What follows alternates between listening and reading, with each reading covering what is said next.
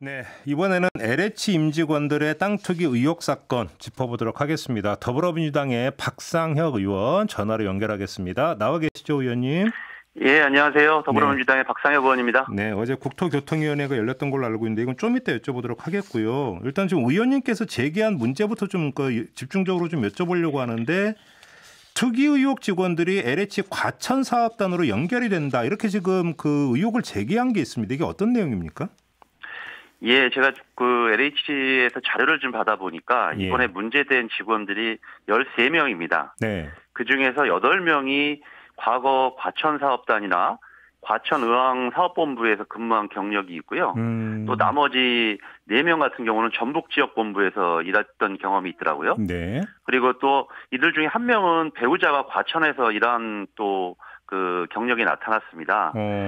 이런 것으로 봤을 때 이 사람들이 그 서로 간에 좀 어울리면서 특히 이제 공사라든지 이런 데는 굉장히 인적 관계가 튼튼하고 하거든요. 네네. 그러면서 좀 여러 가지 정보를 교환하고 조직적으로 땅 투기에 나선 것 같지 않냐 하는 합리적인 의심을 할 수밖에 없는 거 아니겠습니까? 아, 그렇게 해서. 그럴 수 있죠. 근데 좀 그러면 이게 이 의심을 좀 확인하기 위해서는 일단 이 점을 좀 안 여쭤볼 수가 없는데 지금 땅 투기 대상 지역은 광명시흥 신도시 예정지 아니겠습니까?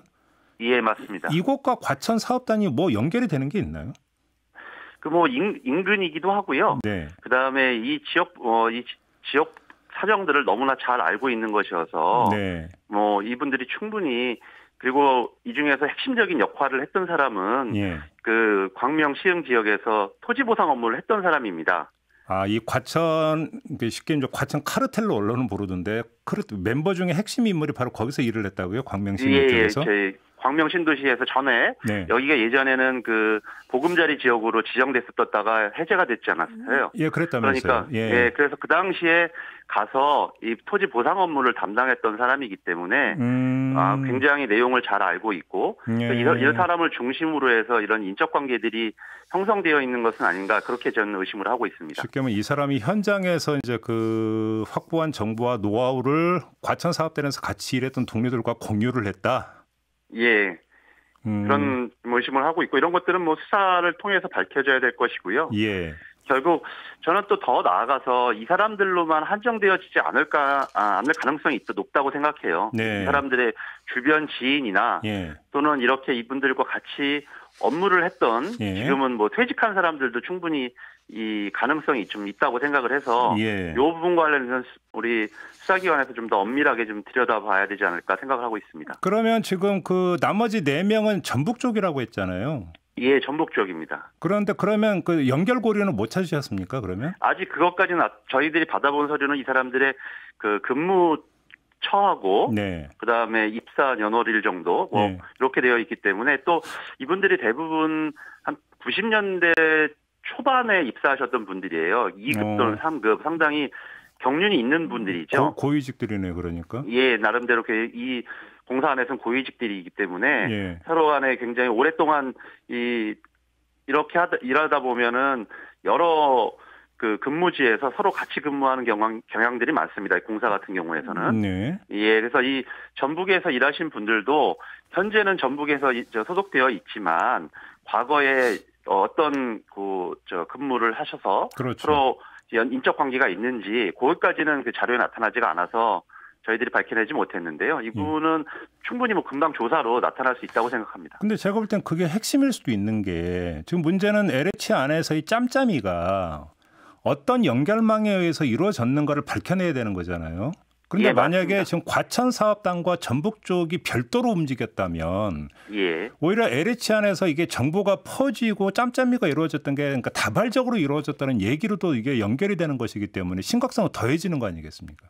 예, 맞습니다. 그렇게 해서 이게 어떤 특정한 지역만이 아니라 여러 정보가 상당수 공유됐을 가능성도 있는 거죠. 그래서 그렇게 되었을 것인지 아니면 지금 현재는 이분들하고 전북 지역에 있는 분들하고 나눠져 있지만 과거에 또 다른 인연들이 있는 건지. 그렇죠. 보통 제가 아는 경험으로는 이 공사 같은 직원들 같은 경우는 그 어떤 지역에서 근무를 하면 그 근무지를 배경으로 해서 YB, OB 모임을 정기적으로 여는 것으로 알고 있어요. 아, 예를 들어서 과천 사업단 거쳐갔던 사람들이면 또 OB 모임이 있습니까? 과천 사업단? 예. 예, 보통 이제 이런 게 뭐 꼭 LH뿐만 아니라 공사라든지 인적 관계가 튼튼한 이런 조직 같은 경우는 그런 경향이 높거든요. 예, 거기서 뭐 잠깐 단시간 근무하는 게 아니라 장시간 근무하는 분들도 있고 하기 때문에. 아, 이게 1, 2년 단위로 로테이션 되는 게 아니에요, 그러면? LH에서? 보통은 그렇긴 한데요. 또 거기서 일반 그 직급에 따라서 상위 직급은 좀 뭐 짧게 한 2년 정도 근무하지만 하위 직급 같은 경우는 오래 근무하는 경우도 있고 또 마찬가지로 이 사업단이라는 게 어떤 사업이 끝나야 일이 완성되지 않습니까? 그렇죠.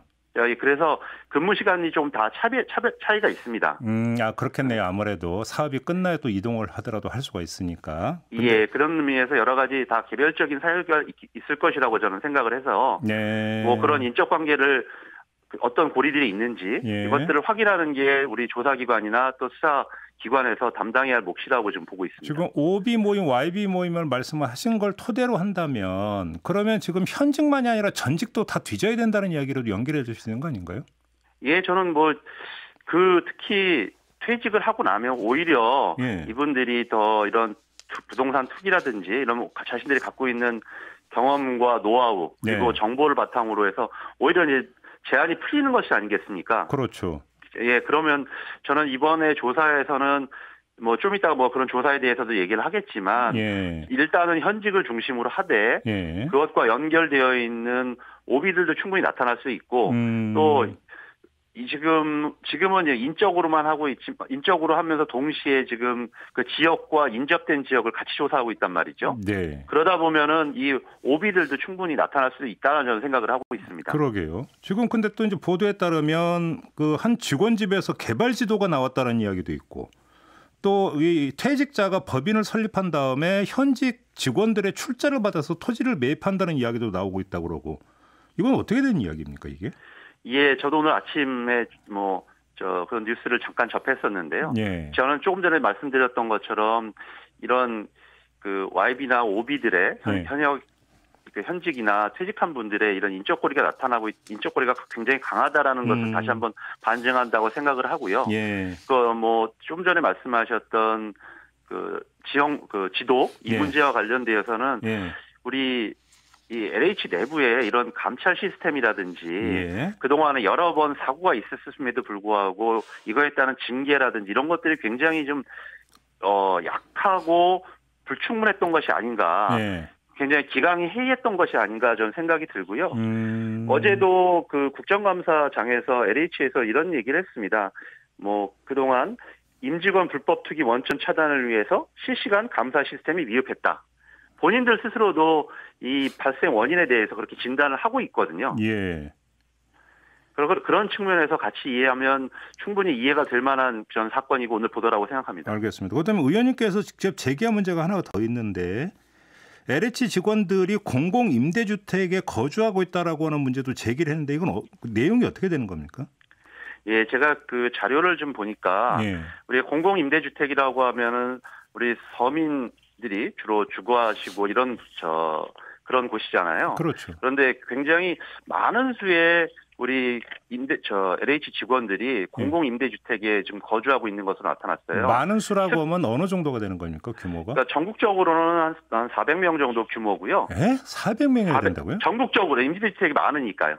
아니 아무리 그렇더라도 LH 직원 수가 있으니까 좀 400명이나 직원 수가 임직원 및 가족이 한 전국적으로 400세대 정도 나타났고요. 그래요? 예. 임직원이 한 10,000명 정도 규모입니다. 그런데 이제 저는 그런 중에서도 충분히 이게 자격 조건이나 이런 것들이 되면 뭐 공공임대주택에 들어가는 자체가 문제가 되는 것은 아니죠. 근데 이제 이분들이 거주하고 있는 것 중에서 서울 강남 11단지라든지 경기도 판교, 광교 신도시라든지 세종시 등 이런 곳에도 한 수십 세대가 입주하고 있는 것으로 나타났는데 문제는 공공임대주택에 거주하고 있는 것이 문제가 아니라 여기 같은 경우는 10년 임대주택인데 5, 6년이 지나면 조기 분양 전환을 하게 되는 경우가 많습니다. 내 집으로 바꿀 수 있는 거네요? 5, 6년 분양 전환을 하게 되면 시세 차익이 엄청난 거죠. 그렇죠. 예, 이럴 경우에 이분들이 본인들은 한쪽에서는 여기 분양전환과 관련된 그런 뭐 물론 자기가 직접 담당하지는 않더라도 예. 이런 시세 차익을 엄청나게 얻을 수 있는 이런 아파트에서 이해 충돌의 문제가 발생할 수밖에 없다라는 생각이고요. 기본적으로는 저는 뭐 모든 임직원들이 높은 급여를 받는 건 아니지만 평균적으로 한 7,800만 원 정도가 됩니다. 연봉이? 예. 그런데 우리 공공임대 10년 공공임대 아파트라는 것은 아까도 말씀드렸던 것처럼 서민들을 위한 서민들이나 주거 취약계층의 공공재 아니겠습니까? 그러게요. 알겠습니다. 예. 그런 데서 이게 과연 적절한 것인가 하는 문제도 나타나고요. 또 한 가지 아까도 말씀드렸던 것처럼 이번에 투기한 분 중에 한 분이 또 공공임대 아파트에 살면서 상당한 대출을 받아서 투기했다라는 언론 보도가 어제 있었거든요. 그래요. 네. 예, 그래서 그런 것들은 굉장히 우리 많은 국민들의 시선과 기준으로 볼 때 굉장히 부적절하다라는 문제 제기를 하고 있는 것이죠. 알겠습니다. 그다음 의원님께서 공공주택 특별법 개정안을 발의를 하셨는데 내용이 지금 최대 5배까지 벌금과 재산 몰수를 할 수 있도록 하자 이 내용 맞죠? 예, 맞습니다. 소급 적용 문제는 어떻게 풀어야 된다고 생각하십니까? 예, 굉장히 뭐 어려운 측면이죠. 어제도 제가 그 현안질의에서도 장관한테도 질문을 했는데, 네. 그리고 기본적으로 법 체계상 소급 적용이 쉽지 않다라는 게 저도 법률가지만, 예. 뭐 기본적인 원칙이지 않겠습니까? 예. 그런데도 불구하고 장관도 그 문제와 관련되어서는 특단의 대책을 뭐 고민해 보겠다라고 얘기를 했었고요. 뭐 일부 법률 전문가들 같은 경우는 우리 소급 적용이 과연 이런 상황 같은 경우는 과연 이 사람들의 보호할 신뢰가 없다. 그런 측면에서 우리가 특별히 검토해야 되는 것이 아니냐 입법적으로. 알겠습니다. 이런 문제 제기를 하고 있어서 그런 문제까지 좀 열어놓고 국회 차원에서 좀 논의를 해야 될 것으로 생각하고 있습니다. 한 1분 정도 남았는데 어제 이제 국토교통위원회 열렸고 변창흠 장관 보고 사퇴하라는 목소리가 참 많이 나오던데 오늘 아침 그 뉴스를 보니까 당 안에서도 변창흠 장관을 경질해야 된다라는 목소리가 나오기 시작했다는 보도가 있던데 의원님은 어떤 입장이십니까? 예, 어제 뭐 야당 의원님들이 그런 얘기를 하셨는데요. 네. 제 생각은 그렇습니다. 만약 이제 사건이 발생하고 한 일주일 정도 지났는데, 네. 뭐 약간 뭐 이분이 발언을 언론과 인터뷰하는 과정 속에서 조금 뭐 부적절한 발언이 있었던 것은 어제 사과도 했지만, 예. 바로 이런 일로 인해서 자기가 사퇴를 한다면 예. 오히려 그것이 저는 무책임하다고 생각해요. 그 마치 지금 우리는 무책임한 것을 책임지는 것으로 생각하는 경향들이 있고 한데 지금은 오히려 전수조사라든지 여러 가지 시스템과 대책을 마련해야 되고 본인도 자리에 대해서는 연연하지 않겠다고 얘기를 했습니다. 그런 것들이 충분히 갖춰지고 대통령께서 어제도 알겠습니다. 이사 대책을 차질 없이 진행해달라고 얘기를 하셨기 때문에 네네. 그런 문제들을 진행하는 과정 속에서 알겠습니다. 책임질 일이 있으면 뭐 책임지는 것도 저는 뭐 충분히 가능하다고 생각합니다. 알겠습니다. 자, 말씀 여기까지 들을게요. 고맙습니다, 의원님. 예, 감사합니다. 네, 지금까지 더불어민주당의 박상혁 의원이었습니다.